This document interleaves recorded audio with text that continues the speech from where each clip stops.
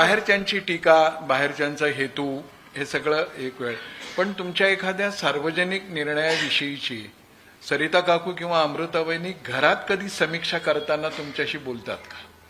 मला सांगा, असं कोणचं घर आहे की ज्याच्यामध्ये आई किंवा बायको ही तुमची समीक्षा करत नाही आणि तुम्ही कसे मूर्ख आहात किंवा तुम्हाला कसं थोडं कमी कळतं असं सांगत नाही.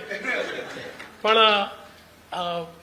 माझं असं मत आहे की विशेषतः आमच्या आईला, म्हणजे आईने इतके वर्ष राजकारण बघितलेलं आहे आणि सार्वजनिक क्षेत्र बघितलेलं आहे, त्यामुळे एखाद्या विषयावर आई जेव्हा मत व्यक्त करतं तर अनेकदा ते मला पटत नाही, पण तिने व्यक्त केलेलं मत खरं निघतं.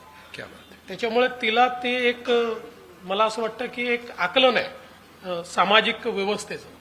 त्यामुळे निश्चितपणे ती पण अनेकदा मत व्यक्त करते किंवा अमृता पण अनेक वेळा मत व्यक्त करते, पण शेवटी आपलं ठरलंय, आपल्याला जे वाटतं तेच करायचं. या मुद्द्यावर सगळ्या नवरे लोकांनी टाळ्या वाजवायला पाहिजे.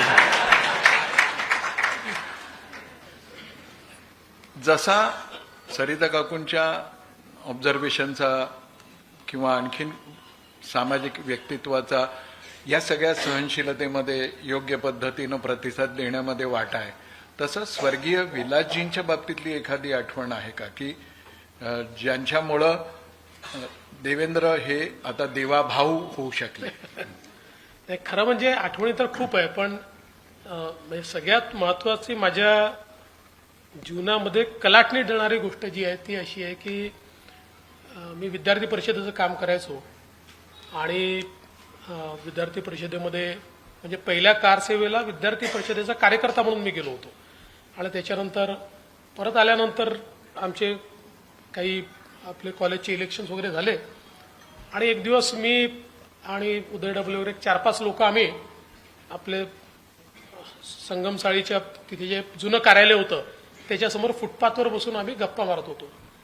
तर सुनीलजी आंबेकर तेव्हा आमचे प्रांत संघटन मंत्री होते.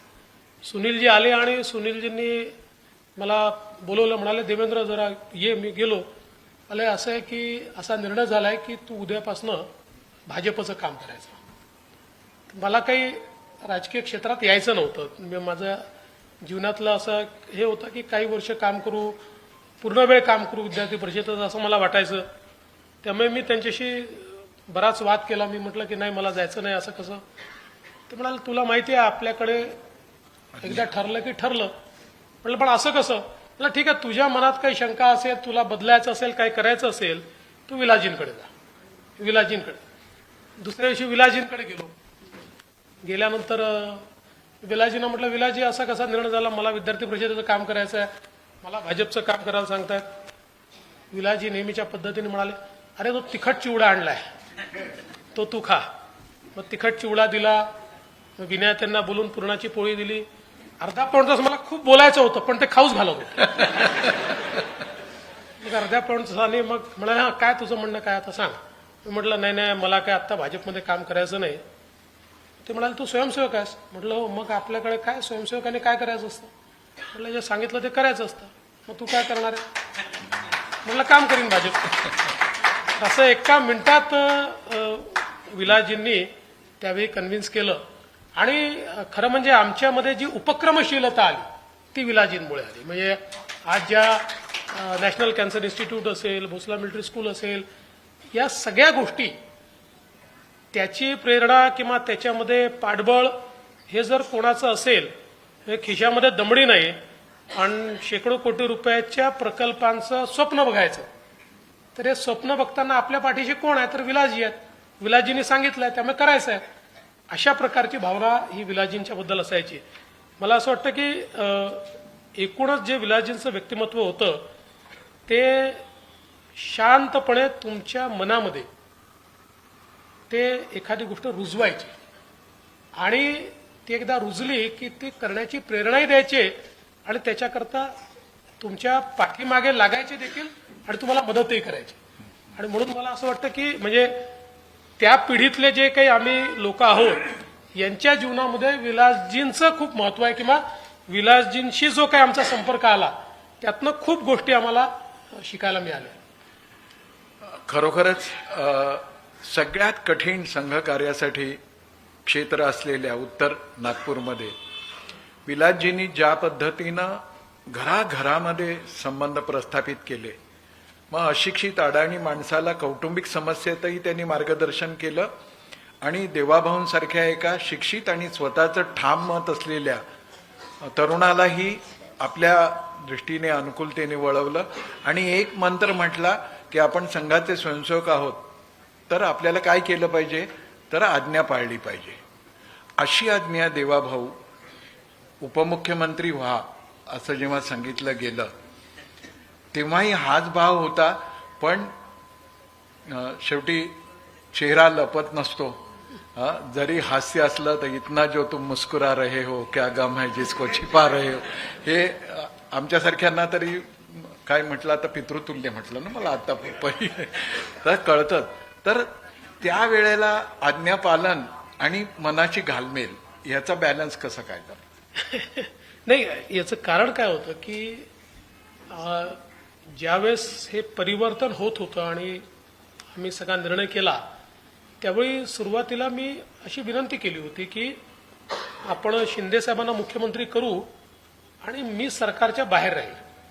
आणि मी त्याचं कारणही सांगितलं होतं की लोकांना असं वाटेल की बाबा हा किती सत्तेचा भुकेला आहे की कालपर्यंत मुख्यमंत्री होता, आता पुन्हा सत्ता पाहिजे तर हा मंत्रिमंडळात चालला.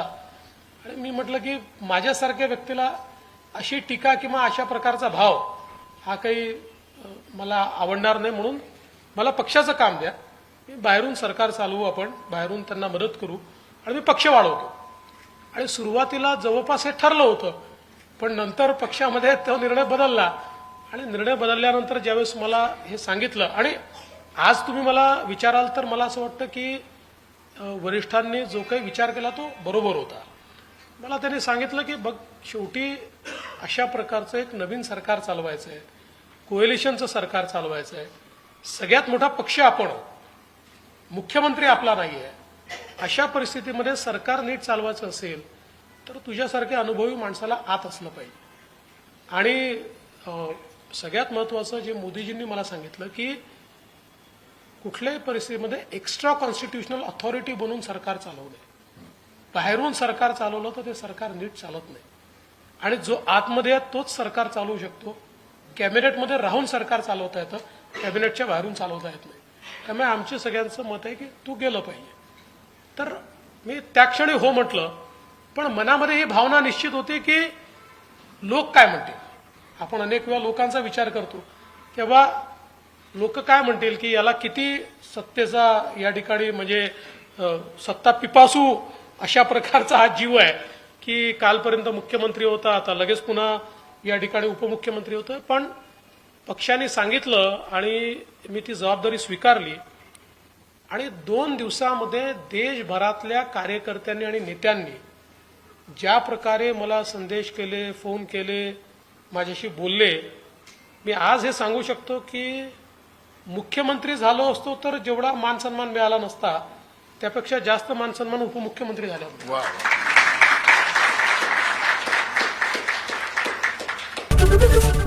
एबीपी माझा, उघडा डोळे बघा नीट.